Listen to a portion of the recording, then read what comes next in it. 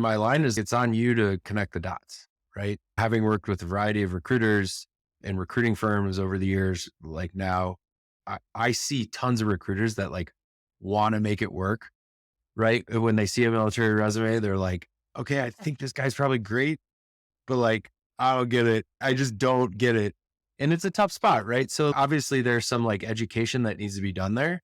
Like, look, there's a lot of great companies that really tried to lean in and educate folks on this, driven by like our veteran community, right? Because it's like an important thing. And people are super receptive to that. So but it's on you, right? Like it's on you to tell the story is like the way that I see it and connect the dots. And you can't just assume that somebody's going to naturally do it. One, and then two, be pissed off when they don't get it. Right. So there's a couple of different things. I think one is like, look, if you have a company that you want to go to and you're like, man, this is the place. I'm pretty positive. Reaching out to those veteran communities that exist at those companies and learning about the roles and learning about how they talk about it, right, is critically important because it's like you develop software without understanding the user requirements. You're going to get a tool that like the engineering team thinks is fine, but like when you then go take it to a user, the user's like, I don't get it. You see this all the time when you go into different software systems. You're like, what the heck? Who thought of this? It's not dissimilar here, right? You gotta chart the path for folks and make them understand why it's the right decision. Hey everybody, welcome back to another episode of the Post Military Podcast. If you're new here, welcome and thanks for stopping by. This podcast focuses on giving people stories and advice to successfully navigate the next major transition in their life. Primarily right now, we focus on transitioning from the military into the civilian sector. My guest today is Dan Rickert. Dan was a Green Beret in the Army who then transitioned out and has worked in two different software companies focusing on defense tech and now AI for flight. In the episode, we talk about his transition out of the military and his advice that he would give to others who are following his footsteps. As always, thank you so much for tuning in, and I hope that you enjoy the episode. Solemnly swear. Do solemnly swear. That I will support and defend. That I will support and defend. The Constitution of the United States. The Constitution of the United States. Hey everybody, welcome back to another episode of the Post Military Podcast. I'm your host Billy, and today I have on Dan Rickert. Dan, thanks so much for being on. Yeah, thanks for having me, man. Appreciate it. So, first question that I'm going to ask you before we dive into your military history.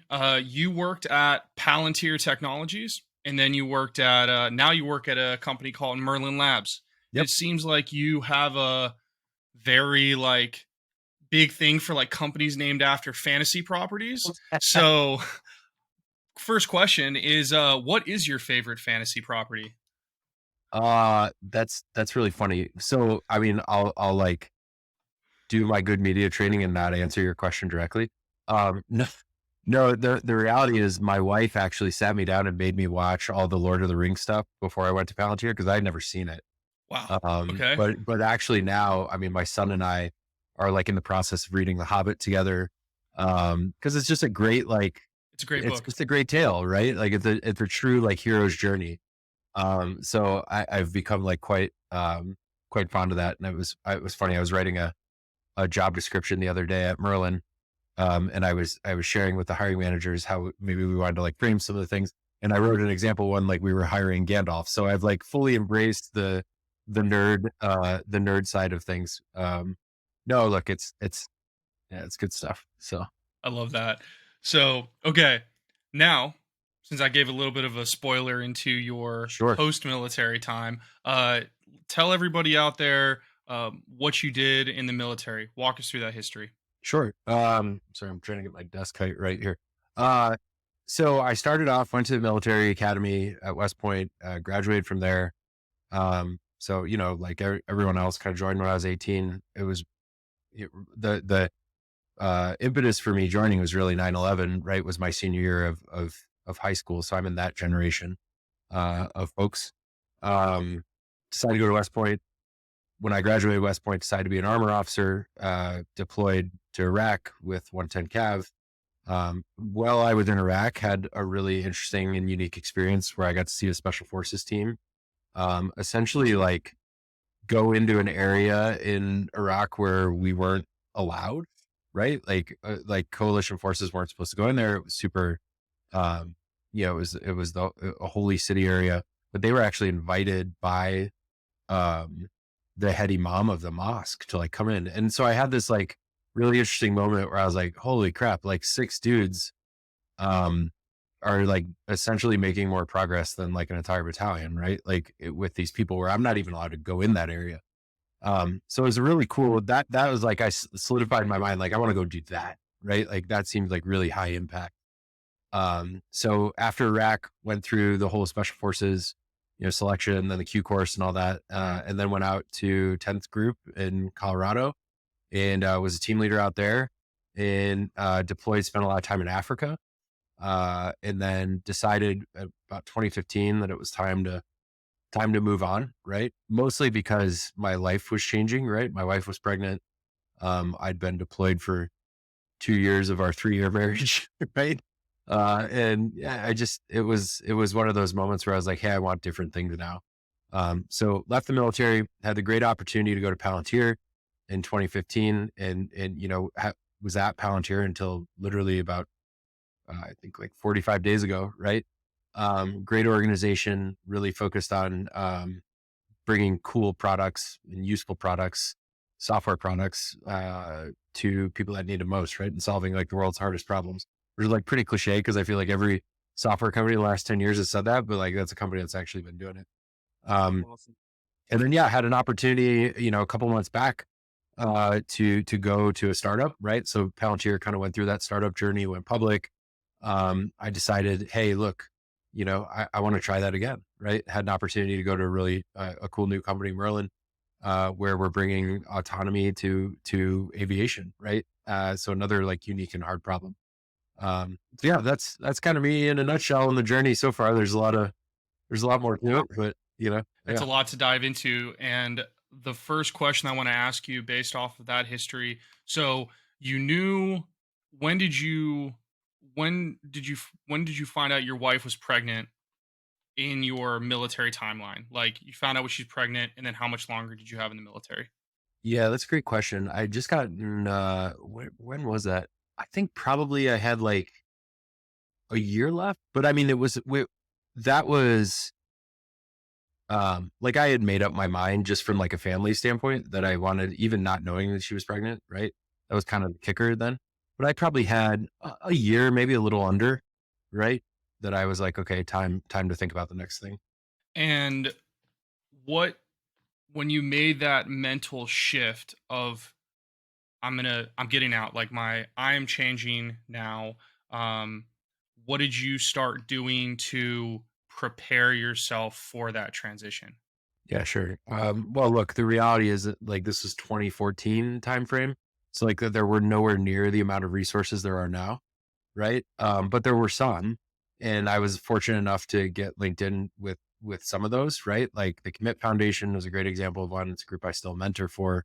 I went to, I had this narrative, and like I think this is like a consistent thing that's I've seen in the transition, area, like whatever you want to call it, transition space.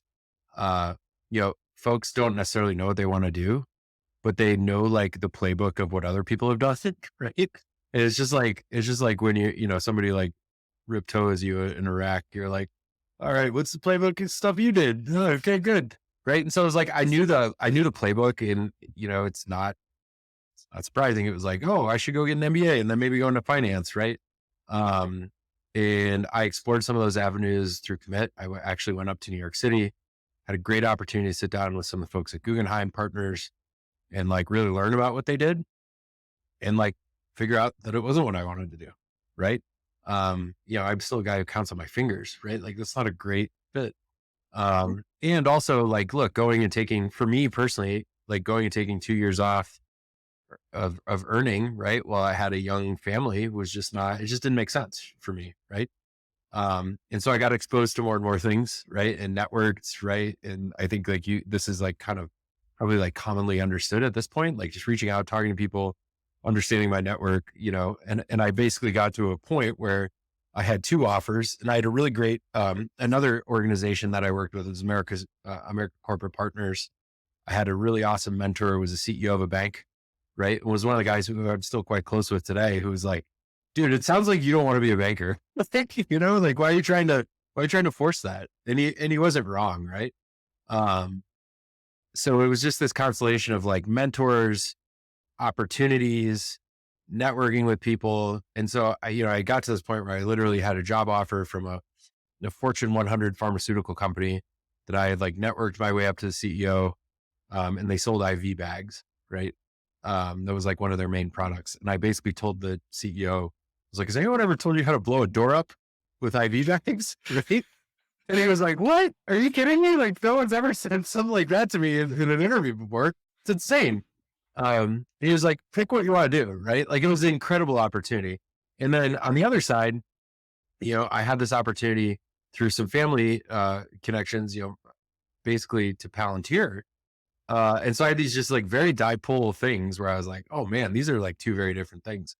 Talking about that with mentors was critical, right? With my, an old English professor from West Point who I was still quite close with, my mentor for American Corporate Partners, my godfather and uncle, right? Like having those sorts of conversations where it's like, hey, how do I think through the decision calculus here? And like ultimately being okay with like, there's no right answer here, right? Like ultimately, like you just got to choose one, and like it's gonna figure it out. But was fortunate to have good options.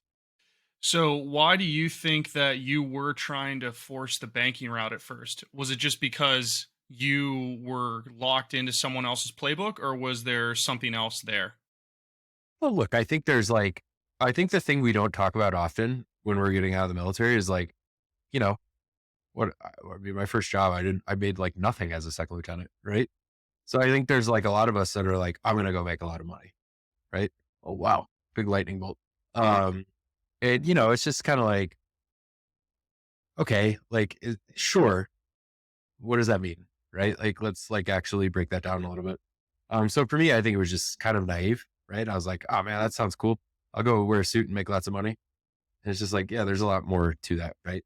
Um, so anyway, I think like the main thing that I've come to realize, or the main like takeaway from that is like, uh, this is your life, right? This isn't just like, oh, I'm going to become this like GI Joe action figure or that GI Joe action figure. It's like, no, this is like, you don't just like one day leave the military and the next day it's like, oh, now I'm a software engineer, right? It's like, no, there's a process there, right? And you got to figure out what you actually want to do.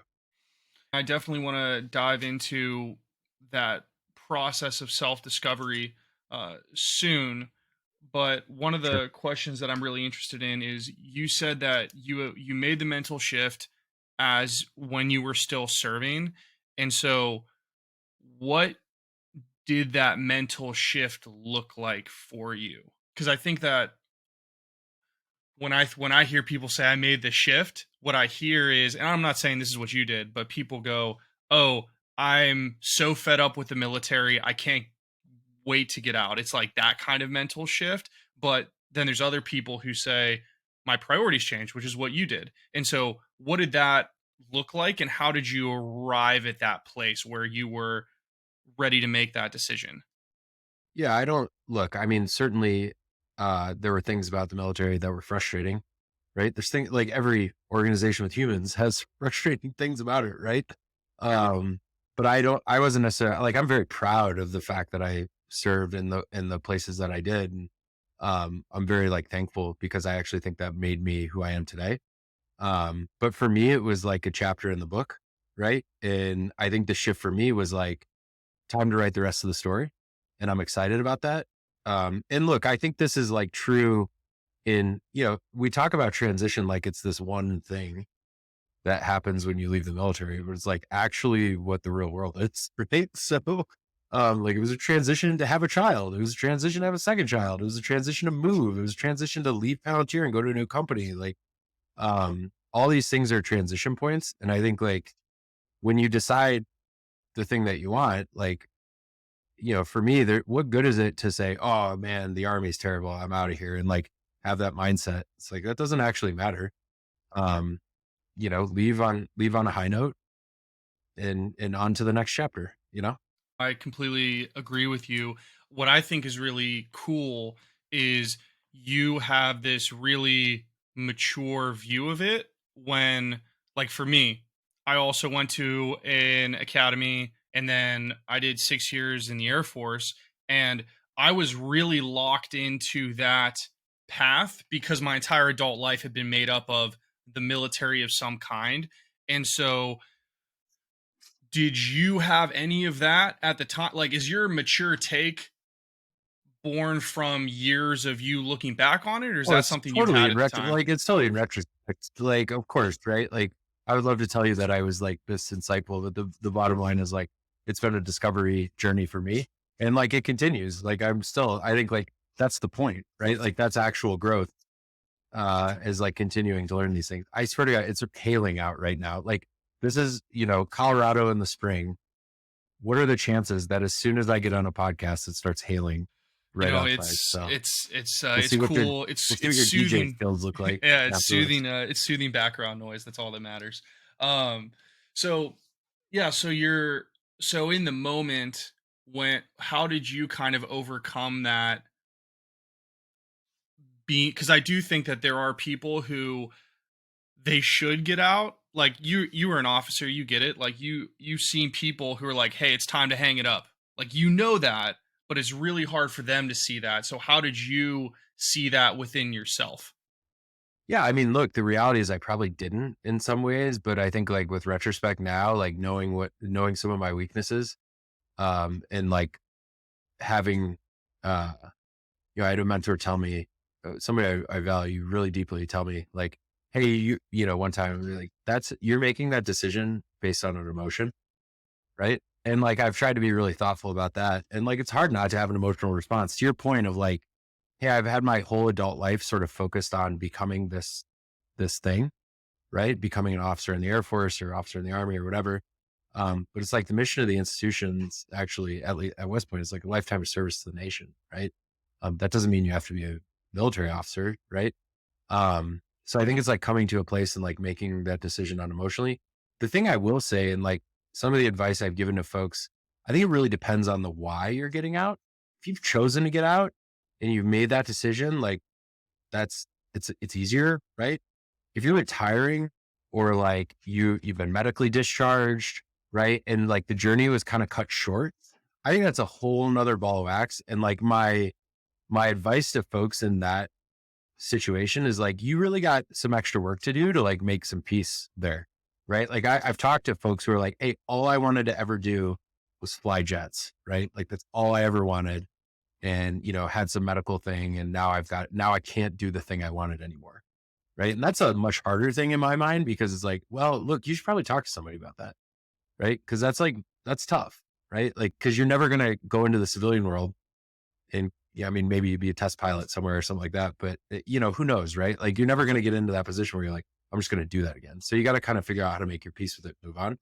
It's a little easier when it's like, hey, I've decided to move on, and therefore, like I've sort of already come to terms with it. That makes sense. That does, and I think that's really interesting because I almost have a opposite view where if you choose to get out, it's kind of, if it and it goes badly, it's almost your fault. But if the military breaks up with you, then there's nothing you can do about it. But I definitely see I definitely see there's certainly merit to what you're saying as well, which I think is which is like I got out and I didn't have a choice, and that definitely was more abrupt. So it's a very, I completely agree with with what you're saying. And so you said you give a lot of people advice, which I think is amazing. That's how we met, because you were kind enough to advise me when I was preparing for my transition. I'm very grateful for that, so thank you. Um, and something that you said was when you were getting out, there wasn't a lot of resources for you. Now that you're many years down the line, looking back, when you're advising people now, what advice would you give them for their transition? Yeah, I mean, do the work, right? Like like there are plenty of resources out there now, and it's great to see. But I think like the thing that's going to separate anyone in a job search, a veteran or not, is like, in my opinion, is like the ability to roll up your sleeves and work hard. Right. And so, you can't expect, and this is like a bit of a mindset shift, I think, right? Because like, this, like when you sort of grow up in the military, everything's done for you, right? Like, it's pretty easy. Like I was a resident of Illinois my whole military career. You didn't have to pay state tax in Illinois. Like I didn't even pay state tax until I left the military. Right. So there's a lot of benefit to that, and that's all well and good. And it's great, but it's like, you've got to do the work, and you've got to, you know, the reality is you've got a lot to offer. Like a lot of vets have a lot to offer. But that's not necessarily going to be obvious to everyone. Right. So you've got to do the work into like, to show the math and prove yourself. And I think the folks that do and set themselves up like that are really successful in the transition. I think the folks that have an expectation, right, that somebody owes them something, that doesn't go so well, right? I completely agree. And I think that putting in the work for me was typified by the VA process, which is like you get as much out of that as you put into it. 100%. Yeah, And if 100%. you don't put anything into it, like if you're just sleepwalking through that process, just like you did for your career, Yeah. people are like, the VA screwed me. And as someone who's gone through that process rather extensively now, I look at them and I go, well, how much did you engage with the process? And they're like, none. And I was like, well, then there's your problem. like it's there. You just chose not to engage with it. And so I completely agree. It just sucks because so many people don't have that mindset, and you only transition out once. Like, and so this is like, you kind of have to get it right the first time. And so that mindset shift that you recommend is so incredibly important. Look, I would like, I don't know, I disagree a little bit. Like you don't need to get it right the first time, right? Like, and the reality is most people don't. And that's okay. Right. Like, I think like the important part of that is figuring out why maybe you didn't get it right the first time and like continuing to learn and grow from it. So you can finally get to a place where you're doing a thing you want, you're doing a thing you care about, and you're living a life of purpose. Right. Certainly. So I agree with you. I think that it's very hard to get it right in terms of finding your purpose. When For I sure. say you have to get it right the first time, I'm purely talking about like the paperwork, Oh the yeah. Yeah. VA, Yeah. the No, paperwork, the for VA sure. process, like Yeah. those, just the documentation of it, Yeah. you can really only kind of do once. But I mean, I'm a walking example of like, I still don't know if I got it right the first Yeah. time. So I'm still trying to figure that out. So completely agree with you there. Yeah. Yeah. And Good point. thank you. And No, look, what point on the VA stuff, right? Like everyone has this sort of mindset of like, not for me. Right. But like, think about all this stuff that's coming out now. I mean, I literally just saw there's a great group out there called the 107 Foundation that's doing like cancer testing down at Soft Week in Tampa in 2 weeks. Right. Like the stuff that's coming out from exposures and things, it's like really gnarly. Right. So making sure that you're doing the work on that front too, before you leave is super important as well.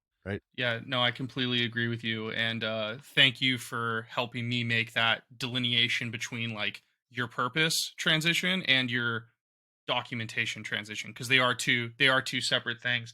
And going into that purpose, I also did the Commit Foundation recommended by you and Gabe, who was already on the pod. I think they do an amazing job of helping you ask the why questions. What advice do you give people that you mentor on diving into that purpose aspect? Because I really do agree with you. Like that's the most important thing to get right in all of this. Yeah, I think like, look, the reality, the sort of like evolved opinion I have of this at this point is like, you know, you can find purpose in a lot of ways, right? And I think sometimes when you depart the military, which has been literally the entirety of your purpose, right? As like a human, right? Um, it can be like, it's okay to like, I get some purpose from my job. I get some purpose from my kids. I get some purpose from my spouse. I get some purpose from my church, right? Like I get some purpose from my friends and like the social groups that I'm in. I think like the reality is like, you don't have to derive it all from one place. Right. So then it becomes, so it's like de-risk that a little bit. Right. Because when you look at it that way, in my opinion, it seems insurmountable because you're just like, oh my God, this is like there's so much pressure to get it right because you're like expecting that same sort of thing. Right. I think again, like this is, I'm sharing like where I've solidified my opinions here, maybe not the opinion I had at the time. Right. But like, I think at this point, the thing I've come to realize is just like, hey, you got to figure out what's really important to you. Right. And like everyone has kind of their own math equation here. Right. And again, like this is where I go to like, there's no right answer. You know, somebody might want to be a banker. Somebody might want to be a tech person. Somebody might want to be a veterinarian. Like, and like, there's all these different sort of pathways and there's different stepping stones to that. Right. Like if you ask, you know, my buddy, John, who's a banker here in Denver, if an MBA is important, he'll tell you yes. Right. For his business. You ask me, I'm going to say, maybe, probably not. You know, it's just like, there's no right answers, right? But I think like developing out at least like the left side of that math equation for you personally, right? Like, what do I want? What do I need? Right? Like, let's start there. Where do I want to be? And like really sort of using those as filter mechanisms is going to help you get to the right thing.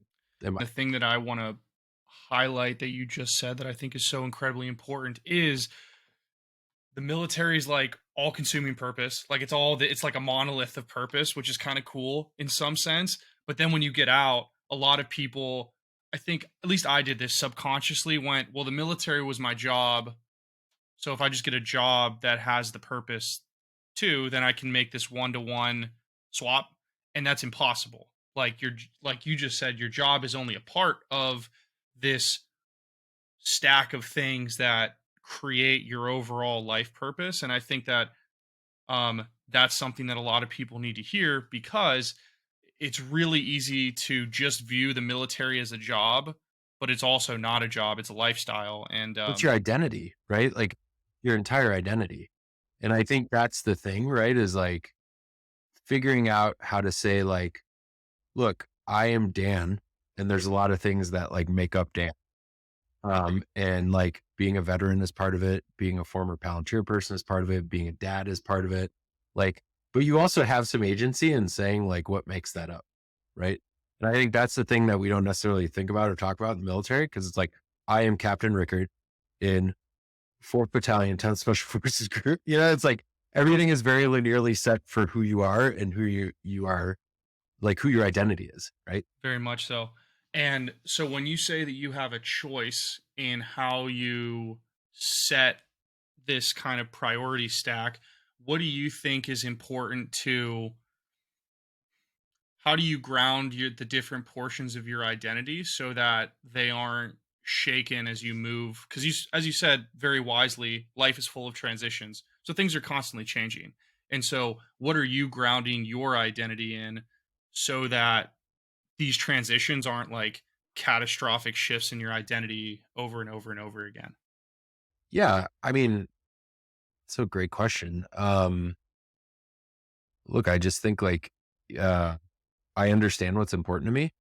And these are like, when you make a sort of shift, it's like staying true to what you believe, right? Like, and the reality is like, look, there are folks out there that may say, hey, I want to get out and I'm going to go, you know, in another way of service, right? I'm going to go to the agency or FBI or police force or whatever. And those are also like jobs that sort of become your identity, right? For me, I chose not to go that direction, right? Like um, I have things that are important to me. My job is one of those things, but it's not like the all defining thing, right? I don't know if I really answered your question there, but My question is very out there, so it's kind of hard to, it's very dependent on the person. My opinion on it is there's a certain set of values that are generally unchanging as you go through life. There are things that rarely change, and then there's things that change a lot. So like your job changes a lot. If your identity's grounded in that, that's a bad move. Your family, not so much. Or if you're religious, that's not changing. So like that's kind of the way that I view it. And I was just curious what your thoughts are on that. So the next question I wanted to ask you um is, wow, I just blanked super hard. I'm so no, you're sorry. good. We went deep. Um We went deep there for a sec. no, we really did. Yeah. Um for you, how long did it take you, like like you said, you're talking about all this stuff in post. Um how long did it take for you, what was like the moment that it kind of clicked for you, like, oh, my identity is like the sum of these parts and not just this one singular thing like it used to be. Yeah. I mean, look, it's sort of always evolving, right? For me, it's like I think like, I had a really good friend say to me once, because like people have a tendency to talk about growth in a really linear, like hierarchical way, right? Like my growth means like this year I'm a VP, next year I'm an SVP. And I had a really good friend once tell me, he's like, we were having a conversation and I just, God, I feel like I learned so much this year. And he's like, dude, that's growth. Like, that's it, right? Like, that's the thing. So I think for me, it's like, man, just trying to figure out like, uh, I do think there are like particular moments, like for me, my son went through some medical stuff. Um, and that was like a pretty solidifying moment for me where I was like, man, okay, like priorities, right? Having a second kid, right? Like is certainly like, you just are like, man, there's, this is, I need to focus on what's really important, watching parents age, right? Like the normal life stuff, I think is like forcing factors for a lot of these things. Um, the reality is I didn't think about any of that when I got out, right? Like and I think I told you this when we talked, like, I mean, my first year of transition out of the military, I just worked my ass off, right? Like I worked so hard. I was like, I will not fail, right? Like I'm not going to be the guy who got out and was a failure. I'm going to work really hard. I'm going to do whatever it takes. I was traveling all the time. Right. And look, like that was huge for me. Right. Cause it was a great baseline and it really solidified, I think, some of my reputation and ability to do that sort of stuff. But then there are like natural moments where life like reminds you that you're not quite in control. Right. And I think at each of those moments, you just have to sit back and reflect and think about like, okay, well, like, look, how am I going to make this work for me, work for my family? Um, if that's what's the priority and important to you, right? Um, and that I think is like the defining thing for me is like just taking those moments to be like, okay, like what's important right now, and what do I need to be focused on? Do you think that it requires I think that there's like two levels of understanding. There's like the logical level of understanding where you can say something, and then there's one where you actually believe and feel it. And do you think that it requires those forcing factors to actually drop belief down from logic into like feeling? For example, um, I told a lot of people as I was getting out, I want to support my wife's career. My wife's still in the Air Force, so I'm going to get job. I want to support her, and like that's important to me. But I only ever looked at jobs that were in small startups where, looking back on it, no way that those jobs would have been able, like, would have allowed me to support my wife. And it took one guy that mentored me to really check me and say, you need to chill on that because there's no way that a startup is going to allow you to be a good military spouse at the level that you want to be at. So you need to start looking at like Amazon's and Google's and Microsoft's because they will. And I was like, oh wow, like I'm telling people that, but I never the my logic had never dropped down into my belief, so my actions did not reflect. And so, Yeah, that's really interesting point. Yeah, I mean, look, I think my self-awareness has grown probably 1,000% since leaving the military. Because I don't really know why. I think it's mostly just like you're always in execute mode. But I've also like, going into a software startup, international company, we're exposed to a bunch of different perspectives and ideas, and it challenges uh how you think about things. And I actually am like quite happy with that, right? Like I want to be challenged in a lot of those ways. So I think what you're highlighting though is like, and where I've like certainly derived a lot of value from like the veteran community, aspects of the veteran community, is like, how do you build some of those accountability structures for yourself, right? Like once you get out, cause they're like sort of intrinsically built into the military community, but then you get out and it's like, uh, you know, who's going to challenge that, right? And I think like you and I are both like pretty lucky to still have folks, whether it's military or not, um, that certainly for me, like I could pick up the phone and call people, so like tear this apart, like what do you think, right? And get like true, honest feedback, um, because you're not going to have all the right answers, right? Like that's why you need to have other good people in your life. I completely agree. And that brings us to a really interesting thing about interesting point about community, which I completely agree with. Um, how do you, when you're talking to people or based off your experience, how do you recommend that people build community in order to have that checking mechanism and also to surround themselves when they get sad? Yeah, that's an interesting question. I mean, I think it depends what you want, right? Like, do you want like a business community, right? And this goes kind of to identity. It's like, do you want a business community? Do you want a community? Like, I think a lot about like, who are the other dads around my kids, right? I've a son that plays sports now, right? And it's hearing another, my buddy who lives across the street, his son's on the same lacrosse team as my son, right? Like having some of that like tribal parenting is helpful sometimes, right?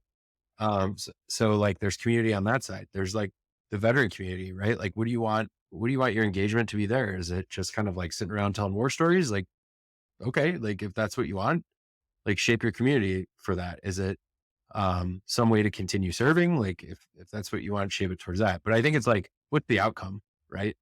And what's the sort of thing you're orienting to? And that's probably going to be what drives how you build the community that helps you achieve it, right? When you were transitioning out of the military, what is the thing that you feel like you did poorly that you would advise people not to do?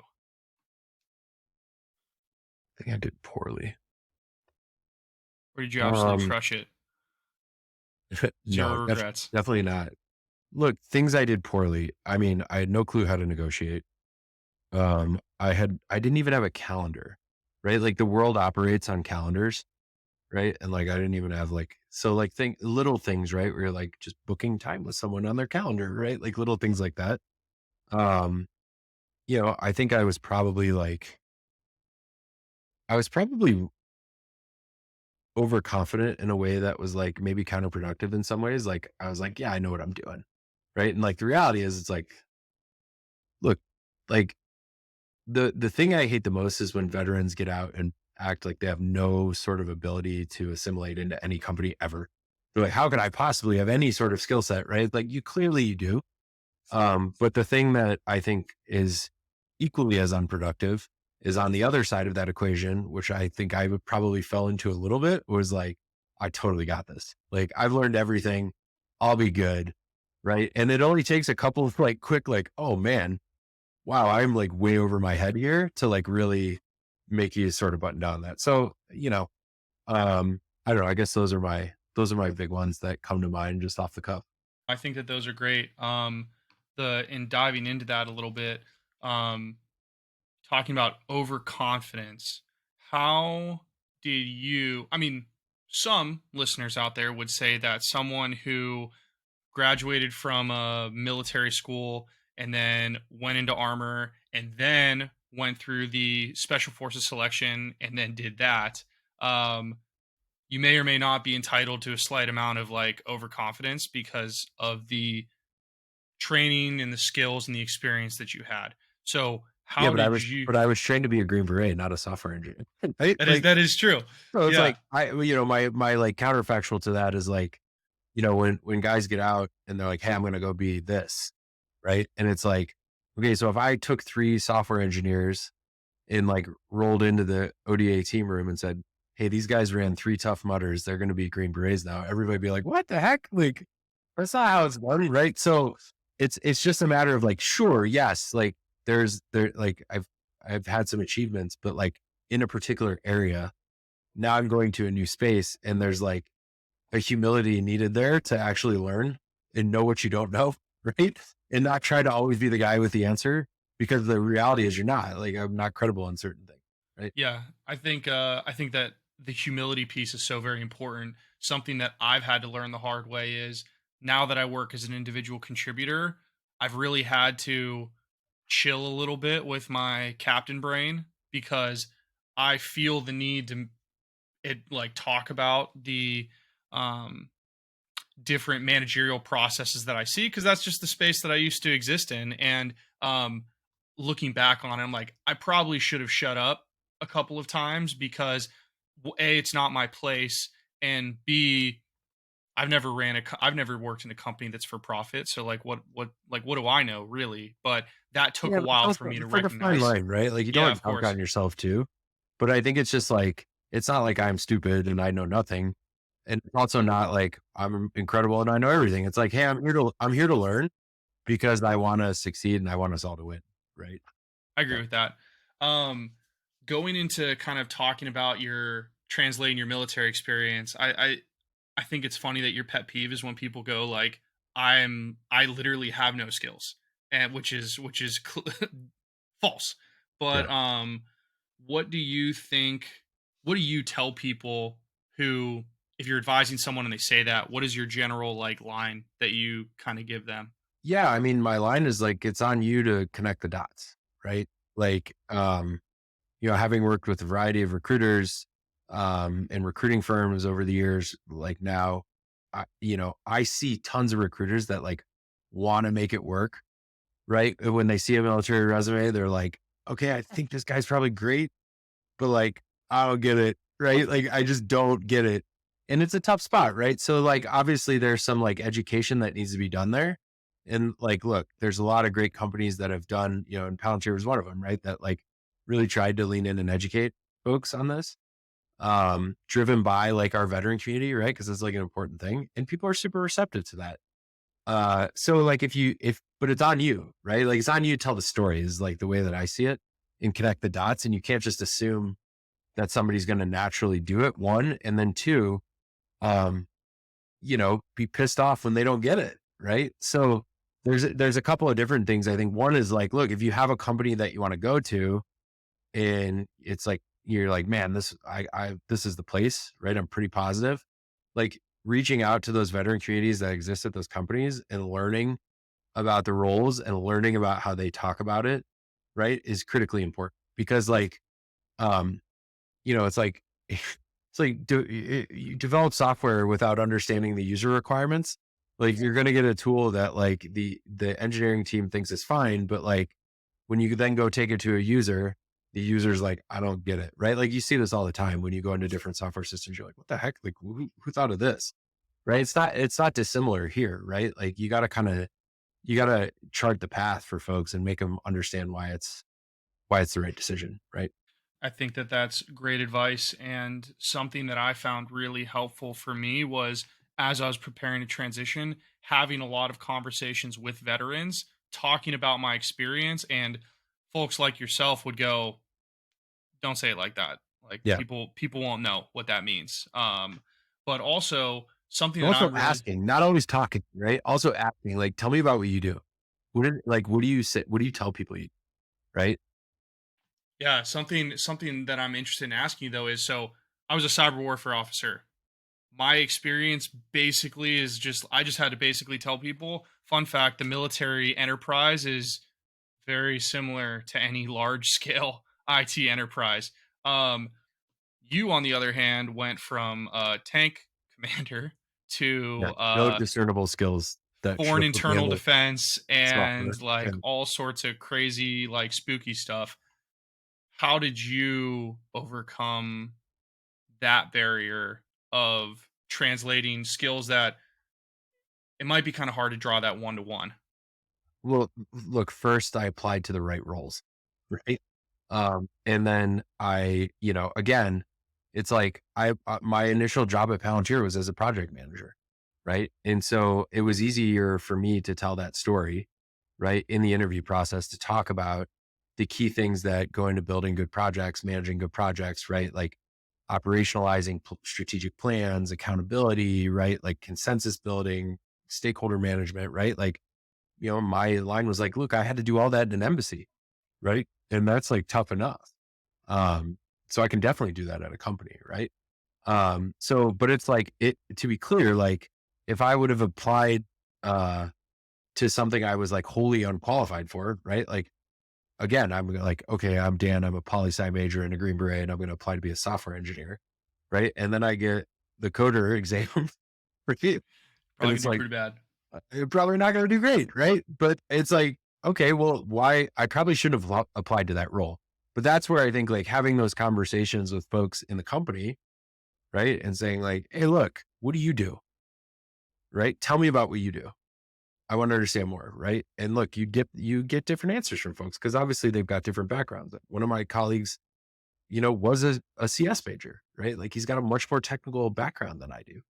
Um, so it's just understanding like, what are your strengths? Like, what are you good at? What do you want to do? What does the company need? And like trying to find that sort of center point between the three. That makes a lot of sense, and I completely agree with you that asking people at the company or people in the role that you're interested in what they do, so you can start learning how to speak that language and fit yourself into that mold is so incredibly important. Or Um, not, right? yeah, Or or not. or Yeah, you're like, no, that's definitely not for me. Right. yeah, exactly. Um, the next thing that you brought up that I'm really interested in talking to you about, because you've worked at chief of staff roles, you've kind of moved up, you moved companies now, negotiating. I think that that is such a foreign concept for people in the military because we don't, the two numbers that you care about in terms of your money going up is when Congress tells you what the inflationary bump is every year and when your BAH changes. Like those are the two money amounts that are kind of in flux for us. What advice do you give people in regards to negotiating salary right when they're getting out? Yeah. I mean, like first and foremost, look at the market, right? Understand the market, understand what people are making, right? If you get out and you're applying to a role and you have a salary expectation that's like 4x what the salary band is for that role, like it's going to be a weird conversation, right? But like understanding one that like roles are banded, right? Like most companies have, hey, we have a salary range, right? Like asking what that salary range is, perhaps, right? Like as the interview goes further on, but like talking to folks again in and around the role, there's tools out there now too, that you can do research on online and try to find out, some states require it's disclosed. So like doing the work again, doing the work, right? And knowing sort of what you're walking into there. And then I think like, look, at the end of the day, knowing like I equate there's like some sort of intersection between negotiation and self-advocacy. It's like you have to know what you need and want. And that takes like an honest conversation around like what do I need and where do I want to be at? And like, how do you do that in a way that's like reasonable and rational, right? Maybe hey, and then looking at the whole package, right? Like in tech, if you're going to a company and it's like, hey, the salary's this, but the equity's this, like understanding what the full picture, the benefits, hey, I'm able to work remotely. Hey, like, so all these things are factors that weigh in. And you just gotta, you gotta, uh, you don't get what you don't ask for, certainly. But the how you ask for it is really important, right? Um, so I don't know. But I would also say, look, there's a bunch of great organizations out there, groups like Breakline, right? Who have done like very good classes. Like Bethany has folks come in from Stanford GSB and teach classes on negotiation, software or salary negotiation, stuff like that. So there's certainly many other resources out there better than myself that can like help with that. Shout out to Breakline. But thank you so much for that advice. Whoever's listening out there and needs help with the negotiations, very helpful. Um, so going into your kind of picking between Palantir and then this Oh, the this like this medical company. yeah, Yeah. the medical company where you're talking about blowing up IV bags. What so you kind of had this like let's like no bad choice. How did you end up deciding between the two um it, to get you to Palantir in the first place? Yeah, I mean, it's funny you say it that way because that was exactly what my uncle said to me. My godfather is very close to me. He said, "Look, man, you got two great options. You need to just like bring the temp down a little bit. Like you're gonna make like whatever you do, you're gonna figure it out, right?" And I think like there's some of this like self coaching that's important in this process of like, look, like you're gonna figure it out, right? It might take a couple tries, but you're gonna figure it out. Um, for me, I remember being in uh I remember being in the parking lot at group and calling my mentor, two of my mentors. First, this mentor, who's the CEO of a bank, right? And I call his office again, like going back to my like not understanding that the world works on calendars. I like call his assistant because I had just gotten this offer. Uh, and I'm like, hey, can I talk to him? She's like, sure. Like, hold on one second. This guy like literally just takes my call. I mean, what an awesome human being. Like how arrogant of me to just like bum rush him with, but whatever. And like just having that like full on, like, I don't know what to do.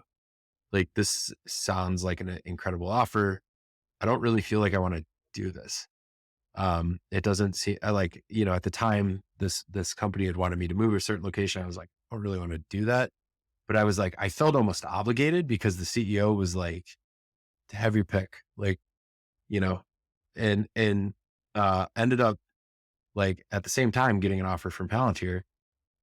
And I remember like distinctly the offer that I got was like a director level position and a purchasing department, which like knowing what I know about purchasing and purchase orders now, I'm like, whew, that would have been something. Um, but the irony of it, I called one of my other mentors and he was like, look, man, for me, I'd choose this. Right. And he had a son with disabilities. He's like, I had to choose. He's like, I would have to choose the safe thing here. And that was this Fortune 100 company, great health insurance, a very clear progressive path. Right.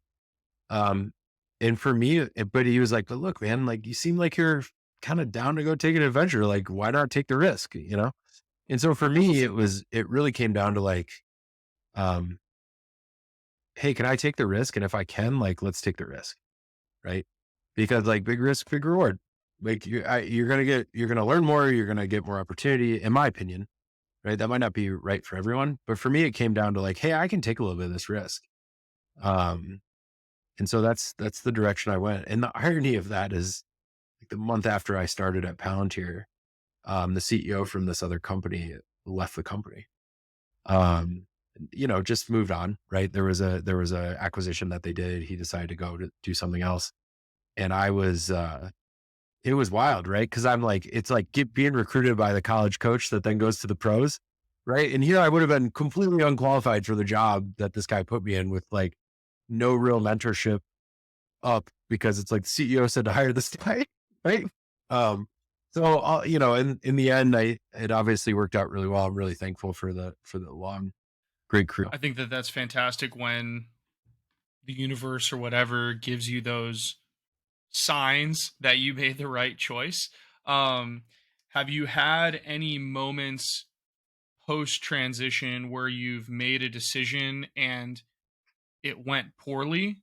And like, how, if that happened, how did you deal kind of with that? Like, oh, I made this decision and Oh, of course. I mean, yeah, for sure. Right. Like, I mean, that's you're always going to make the best decision you can with the information you have in the business world. And there's certainly ones that have gone well and not gone well. I think it's just like always like, what can I learn? Right. Just the same mentality as the military. It's like, okay, what can I learn from this? How can I make sure I don't do that again? I think it's very interesting for people. For some reason, they feel a lot of pressure once they leave the military with things like, where do I live? And those kinds of big things that have been handled by like big government up until that point. And so um, I think that conversation of you made the decision, you made like the best decision with, you made the best decision with like the information that's at hand, and you just kind of have to go with it. Here we had an audio issue and I had to ditch my headset. I apologize for the conversation break and I hope you enjoy the rest of the episode. Now everyone can see how long my hair is. I've There you been go. trying to Yeah. hide it with the headset for this It entire time. is hockey playoff season. So you got some good lettuce going on back there. Yeah, no, I'm You know, yeah, you know, you get out of that's, the military and you cut your hair. You don't yeah. cut your hair ever again. Yeah. So, you know, it is what it is. Until your Okay, wife until your wife tells you to cut your hair. we have an agreement until she decides that she doesn't believe in our agreement anymore. So that's There you go. okay. So going back to it, um, something that I'm really interested in for you is you go through this time in Palantir, and I want to touch on something you talked about with community, which was which is something you did in Palantir, which was you started this like veteran affinity group at the company. Um, so can you kind of tell everybody a little bit about what that looks like for you, but also what was it like starting an affinity group? Because someone out there might be listening who's a veteran, who's at a company that doesn't have one. And so, what advice might you give to what was it like for you, and what advice might you give to people who are trying to build that veteran community within their company or just community in general? Yeah, I mean the thought was like any sort of affinity group is like, hey, how do we hire more folks like us? How do we build a sense of community, right? How do we educate folks on like the value proposition here? And yeah, I'm like really proud of what we built. I think we had a great community there. Um, I've been involved in a couple of other like communities outside of that as well. And I think like, look, like the reality of the matter is, I think you just have to figure out what you want. um, for me, it was really important that, um, building a group was like very tied to like an outcome at the business, right? And like, hey, like making sure it was clear that like by investing in this group of people, you actually achieve better like business results as well. Um, I think that's really important because, um, I think like sometimes there can be like a sense of like, hey, this needs to be like an activism group or something like that. And like this is my personal opinion. Like I don't think that's effective in the workplace. I think like um, it's much more beneficial to build a community of folks that can help like move things forward together. And that like rising tide can lift all the boats, right? And be able to say like, hey, like we built this community and it's like doing really good work, right? That's just my perspective. I mean, it could be wrong. I'm sure there are others that disagree with it. I think, look, my like broader thing on like just the veteran community and engagement and stuff like that is like, much like the VA process, like you get what you put in, right?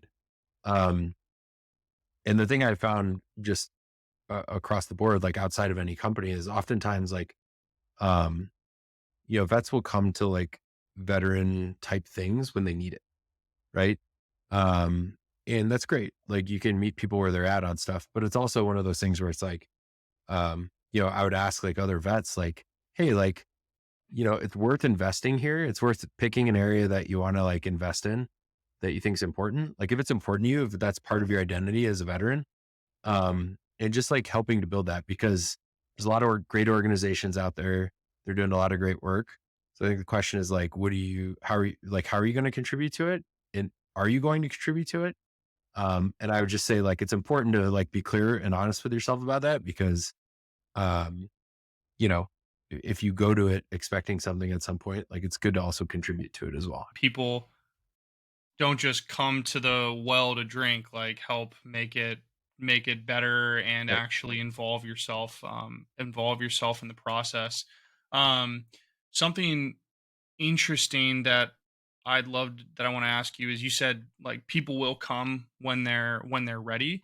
And this kind of delves into a little bit of a darker subject, but what advice would you give to someone to shore up their life? Because some people don't come when they're ready and then they isolate. So what advice would you give to somebody to help build up things in their life passively so that it can kind of catch themselves if they are unable to self-identify that they need that veteran community, or they're kind of unwilling to? No, it's a great question, man. And look, we're talking like veteran community can mean a lot of different things, right? It could be the ERG at your company. It can be, the VFW in downtown. It can be like a bunch of different things. And look, the reality is maybe that's not the thing you need. Like, I think he's like, the question is less about like, are you engaging in a veteran thing and more like, if you need help, are you getting it? Like, who cares if it's a veteran thing or not, as long as you're getting a resource you need. Like if you can derive, and that's where I think like, I don't know, maybe sometimes there's like a false narrative here around like, oh, we as veterans always have to go back to veteran flavored things. And it's like, not really. Not if it doesn't work for you. Right. Like, um, and that's like ultimately the main goal, right? Is to like get the thing to work for you, especially for folks who need to like do the work and figure that out. Right. Yeah, it's a cool way to say that because, like you already talked about, with your identity isn't this monolith anymore. It's this multifaceted thing, amalgamation of things. It's assuming that you can only go back to veteran organizations for help, then means that that's the only piece of your, like, you can only leverage that individual piece of your identity to kind of move on. And that's all not bad, but if it's your only thing, then might be a little unhealthy, might not be like the best way to move into the next chapter of your life. But I think that it's I don't know. Yeah. I mean, who knows? I think it's like a highly personal thing. Right? Like that's the reality. And I go back to my like, it's like see earlier statement about no right answers. I do think the like, I do think the reality is you need to have, we talked about community and we talked about, um, accountability mechanisms and support mechanisms. And like, most successful folks that I know, regardless of like whether or not they're a veteran, have that in some way, right? In some function of their life, whether it's through their church or through some sort of, you know, uh, work that they do, maybe in the nonprofit side or something. It's like they derive that somewhere and they have, or just how they structure their group of friends, right? Like, so I think that's important to find. I think if you find it in the veteran community, that's great. Um, Look, there are like things about like oftentimes like a veteran community that I don't love sometimes, like there's stuff where it's like, look, there's times when I don't want to sit around and just talk war stories, right? It's like, I want to do other things. Um, but that's again, it's highly personal. And I don't think there's any wrong answers there. I think you just gotta like, you gotta put the self advocacy work in to say like, hey, I gotta be really thoughtful here about what I need and then drive towards that, you know? My big takeaway from what you just said is it sounds like you don't have as many conversations about how to breach doors with IV bags anymore. I Is that don't. No, I don't. I mean, look, I've like embraced my dad bod and, you moved didn't whip on with, that story out for your interview with Merlin, is what you're yeah. saying? My it's funny because I'm in my office right now and it's like the only room in our house with military stuff.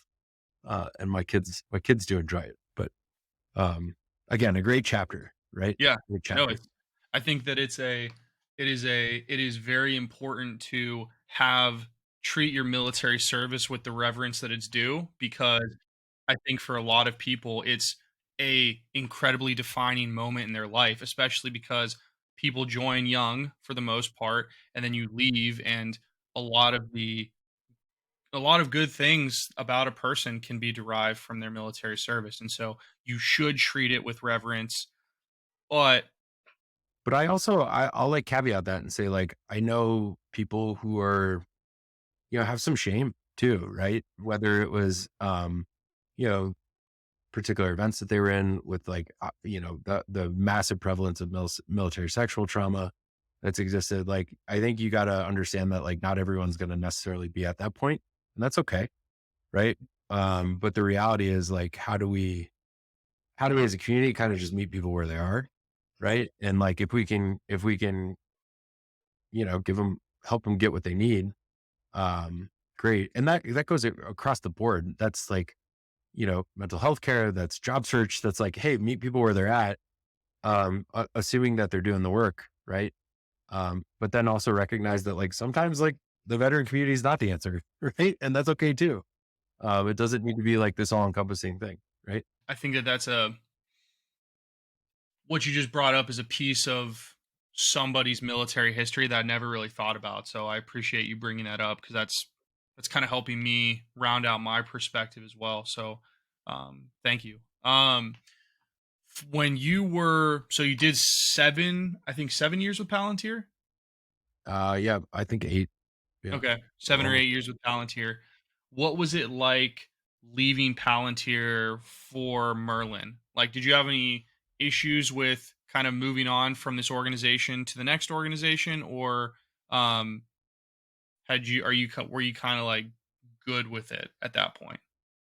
Look, it was a transition point in my life. I think I was like grateful for what I had and excited about the future, right? Like that's the reality. And I still like think the world of that company, and I think the world of my new company, right? So um, you know, no, I think it was like it was again like a great and incredible chapter in the story, and excited to like continue to write new chapters, right? Oh, that's awesome. Um, so how big is Merlin? So we actually just hired our 100th employee. That's awesome. Yeah, so really excited. I was joking. I'm like, I need to go put like 100 pink flamingos in his yard or something. Um, yeah. No, so it's been super cool. I mean, we've been growing like quite fast. I mean, I think that's like 20 people since I was hired, a couple months ago. So, yeah, it's exciting. What and how many people were at Palantir when you joined, and how many were there when you left? Oh, I actually don't know the answer to that. That's a great question. A definitely different like phase of life, right? So Merlin's obviously Series B startup, right? Building an autonomous pilot for an airplane. It's pretty cool. Integrated across a bunch of different airplanes. And yeah, it's exciting work, right? Because it's like, for me, and again, it's like when you think about how do you derive your purpose from your job, like how are you working on something that's important? Like for me, I 51-ish years ago, my uncle was a bush pilot in Alaska and actually died in a plane crash there. Right. And it was like a very defining moment. It was my mom's oldest brother, right? Like he was sort of this this figure in our family. And even as somebody who never met him, like you always kind of knew about our uncle, right? And so, we just recently announced we're doing some work up with the FAA this summer up in Alaska, trialing some of our autonomy work, right? Which is really focused on, for some of these austere locations, like, hey, this is like a safety issue, right? Like, how do we equip single pilots with like an actual software pilot that can help them? And so it's cool to think that like, I'm working on something that's like actually directly tied to like a very personal, thing that happened in my family too, right? That's awesome, and it's really and it's cool to see that trend for you. Where, for those that don't know, Palantir is really cool software that's being used for a lot of different government and defense implementations. So it seems that you've done a really good job in your post military career of finding companies where the product is highly beneficial. Like there's a serious mission attached to it, and that mission also is aligned with your personal goals, which I think is really really cool. Yeah. So I, yeah, I think um, I think I've figured it out. yeah, yeah. Again, Which man, there's no right answers here, right? yeah, Like, but yeah. yeah, no, You should put been that very on a lucky. t-shirt. No right answers, right? Yeah, Yeah. there's no right answers. I think my college corollary to that was like it's B on the Scantron, right? For every physics test. So Yep, exactly. Um, what was it like for you? What's it like? I mean, you've only been at Merlin for a short amount of time, but what would you? Because when people think of Palantir and they think of Merlin, an uneducated person would probably say like, well, Palantir's public now, but like they're both small tech companies, but Palantir's way further along than Merlin is. What would you tell someone is the difference in like a true like Series A, Series B startup, which for anyone who doesn't know, that's just the second and for the first and second round of funding versus a company that's really medium sized, about to go public or just went public. sure. I mean, it's gonna vary on the company, right? But I think like, generally, you can look at startups at like different stages or levels. You've got like some companies are at like a seed stage where it's still just an idea, right? And they're maybe like thinking like, how do we actually build the thing? As you get further along, there's companies that are like, okay, we've built a thing and we're like pretty confident that this is the right thing. And now it's like, let's figure out the go-to-market strategy for that. Right. And then there's, you know, the sort of folks that have crossed the chasm. And I like personally, I think Palantir is like one, right? I mean, doing work in the government space is really hard. And Palantir has like really led the way on that. and still built a private sector business as well, right? And that's a whole nother ballgame, right? It's like now you're scaling across different industry verticals and things like that. So, what was appealing to me coming to Merlin was like, hey, the ability to really, I'm confident that the thing we're building is needed, right? And people want it. Like I know that's true. Um, I'm like excited about the team we've assembled to do that. It's this really interesting and cool combination of like, some of the nation's best test pilots to some of the nation's best roboticists to the best software engineers to the best avionics people, right? And like to me, that's to the best. Like, I mean, God, I can't even forget about our policy and certification side. It's a huge thing for us. So to me, it's like, um, that's what's really cool is when you bring people from like all those unique, like at any other company, those would have been stovepiped things that were their own thing. And it's like you bring all those people together to solve a problem in that like assembly of those different people and ways of doing things and expertise areas. That's where like the cool things are made, in my opinion.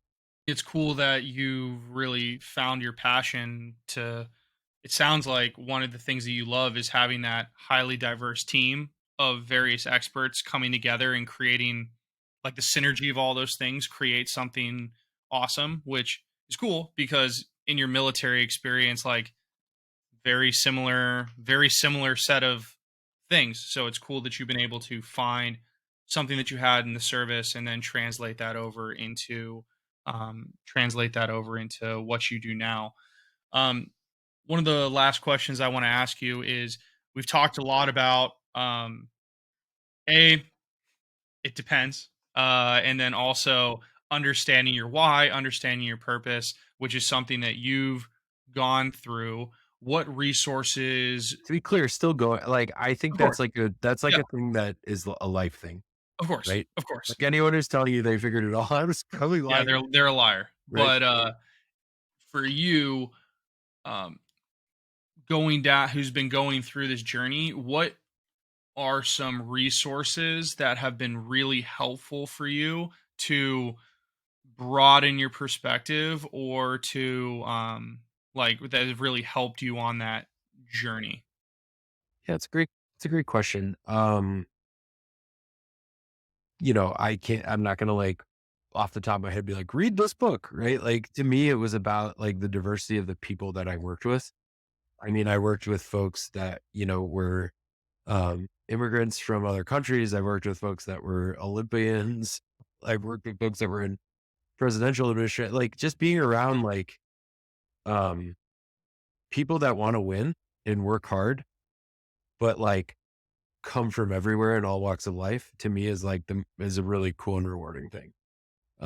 Because like, I don't know, you know, I wouldn't, but like, I'll also caveat that and say like, that was something I learned in the military, right? Like, and I think that's one of the like greatest gifts I got from the military.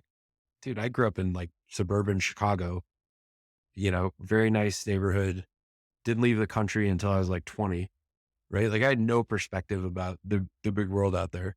And being able to see that across the board and work with folks from every walk of life, I think is like definitely the best way to broaden your like that beats any HBR article, or Yeah, no, anything I like that. completely agree. So I yeah. no, I think that that's really it's cool that you say that because I had on a guest a couple of episodes ago who echoed something like that, which was just the more you can do to broaden your perspective through the interaction of things that are outside of your general like scope of understanding, the better you'll be at understanding yourself, building that insight, building that perspective, and helping define yourself in the world, which I think is really really cool. So before we wrap up, do you have any final words that you would like to say to everybody listening? I've probably talked enough at this point. So Okay. I think I'm good. Yeah. Well, Okay. I Cool. said something useful. Yeah, no, I think you did. I think that if I think your final word should be What's It the depends. tagline? Well, it depends. Yeah. It depends. Yeah. I love that. But it's funny because it's as funny as that is, it's so true, and it's Totally. so um it is a goes back to what you said at first. Like, people fall into this trap of building their transition plan off of like a playbook, like the Dan playbook or Yeah. the Billy playbook. And if you are too locked into what works for you or what works for me, um, you're not you. To the listener, you're not Dan, you're not Billy. Somewhere your solution lies somewhere else, and we can help give you advice. We can tell you places you can possibly look, but if you don't put in that work, like we've said, and define yourself, then your solution, it's out there, but it's not my solution, and it's not your solution. And I think that that's Look, something very important to hopefully say. this is like, hopefully these are like good directional conversations, but it's like, if you want somebody to tell you the azimuth, like, you're off, right? Like, that's just not going to happen. So that's the thing that's got to be discovered on your own. But like, engaging with people in the community, you can at least get pointed north, south, east, or west, you know? Exactly. I completely agree with that. And thank you for being willing to come on today and add your thoughts, experiences, and opinions to this resource that hopefully veterans and those still serving will be able to engage with. So, Dan, I really, really appreciate you taking the time today. Thanks, man. And to everyone out there, thank you so much for listening, and see you next time. Post Military Podcast. Peace.